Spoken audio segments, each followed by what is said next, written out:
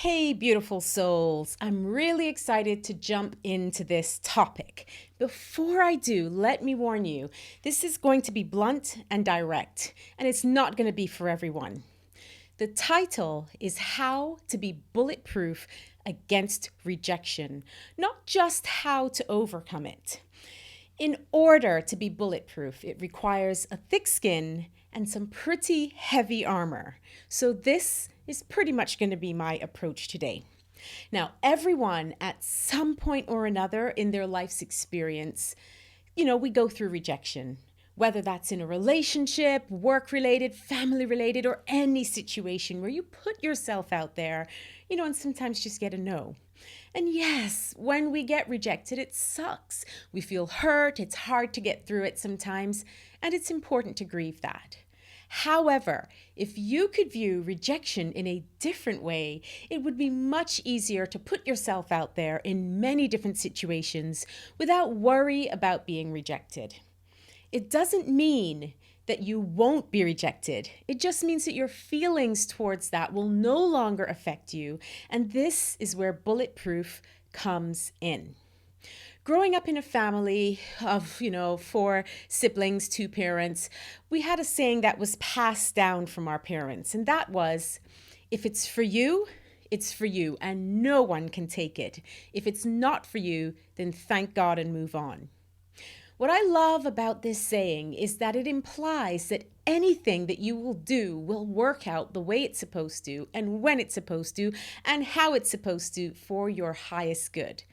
It doesn't mean that you will always like the outcome, and it definitely requires a sense of trust and faith that this outcome is what is needed right now. What if you tried on this way of thinking? How would it then affect the way you approach something or approached anything that you could potentially be rejected from? I walked into audition rooms with a sense of peace, knowing that if the gig was for me, I'd get it. Interestingly, it was often why I think I got the part. I think it's partly because there was a sense of personal power and peace that came across. That being said, it was also because I did the work. I did the prep. Let's not pretend that I just showed up and luckily got a part, whatever that part may be.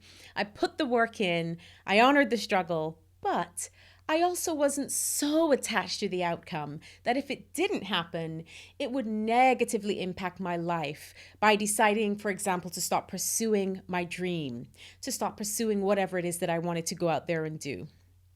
The other piece of being bulletproof is recognizing that not everything is about you. If someone rejects you for a job, a part in a play, a relationship, it's not all about you unless you make it so. It does not reflect your worth unless you let it. Often what happens is when we're rejected, we sometimes close ourselves off or try not to put ourselves in situations again where a no is a possibility. And as such, we live in fear of this rejection. But let me ask you, are you willing to give that power to someone else? Are you willing to say no to the possibility of greatness because someone in the past told you no? Which is worse, the possibility of another rejection in your life, or living your life in the fear of not having yeses all the time and later having regrets for not putting yourself out there? Seriously, answer that. Which is worse? I can tell you that I wouldn't be here talking to you right now if I let all those no's in my life stop me. I got plenty, but what it did for me was it gave me an opportunity to be constructive and focus on what I could learn from the experience. And this is what I would encourage you to do. It gave me fuel, to do better and learn more so that eventually some of those no's became yeses. But let's get something straight. You are worthy. Let no one tell you otherwise. You've got to do the work. Yes, definitely. Show up with greatness and do your best in all situations. Then you can walk away feeling like you gave it your best shot. But that no is not a personal reflection of you, your character, your person. It just means that you are not right for the part, the job, the relationship for the other person in that situation. A no from someone else in any context is based on them, their choice, their decision, not you. Let me put it in simple terms. When you go to a restaurant and choose a few options of what you want to eat, do you think a lot after about what you didn't choose, or just focused on what you felt like eating in the moment? Is it unfair to some of the other items that were not chosen?